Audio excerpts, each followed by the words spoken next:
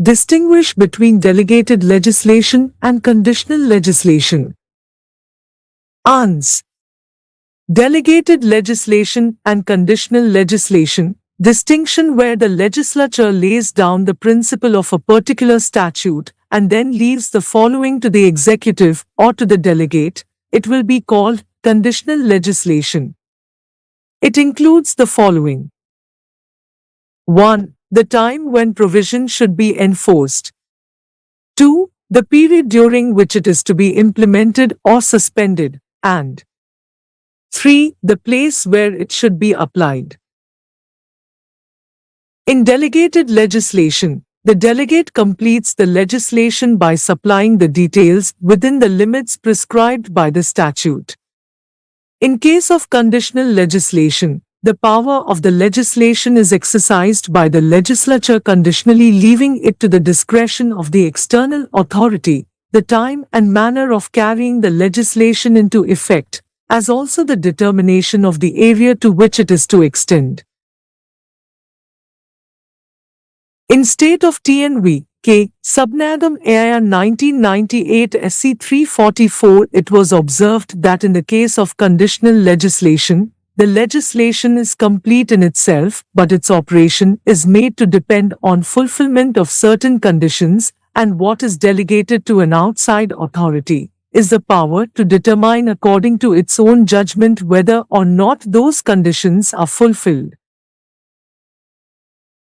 In case of delegated legislation proper, some portion of the legislative power of the legislature is delegated to the outside authority, in that the legislature, though competent to perform both the essential and ancillary legislative functions, performs only the former and parts with the latter, i.e., the ancillary function of laying down details in favor of another for executing the policy of the statute enacted. The distinction between the two exists in this, that whereas conditional legislation contains no element of delegation of legislative power and is, therefore, not open to attack on the ground of excessive delegation, delegated legislation does confer some legislative power on some outside authority and is therefore open to attack on the ground of excessive delegation.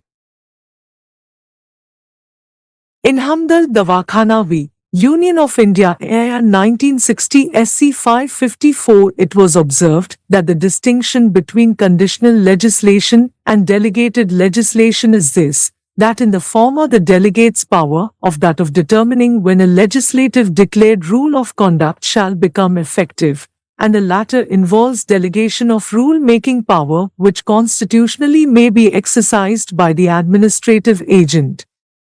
This means that the legislature, having laid down the broad principles of its policy in the legislation, can then leave the details to be supplied by the administrative authority.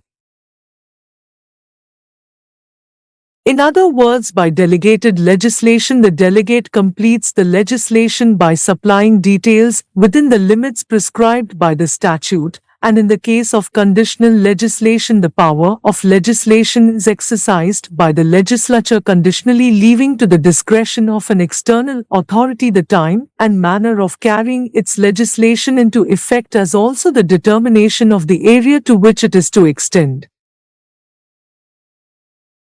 Thus, when the delegate is given the power of making rules and regulations in order to fill in the details to carry out and subserve the purposes of the legislation, the manner in which the requirements of the statute are to be met, and the rights therein created to be enjoyed, it is an exercise of delegated legislation. But when the legislation is complete in itself, and the legislature has itself made the law, and the only function left to the delegate is to apply the law to an area or to determine the time and manner of carrying it into effect, it is conditional legislation.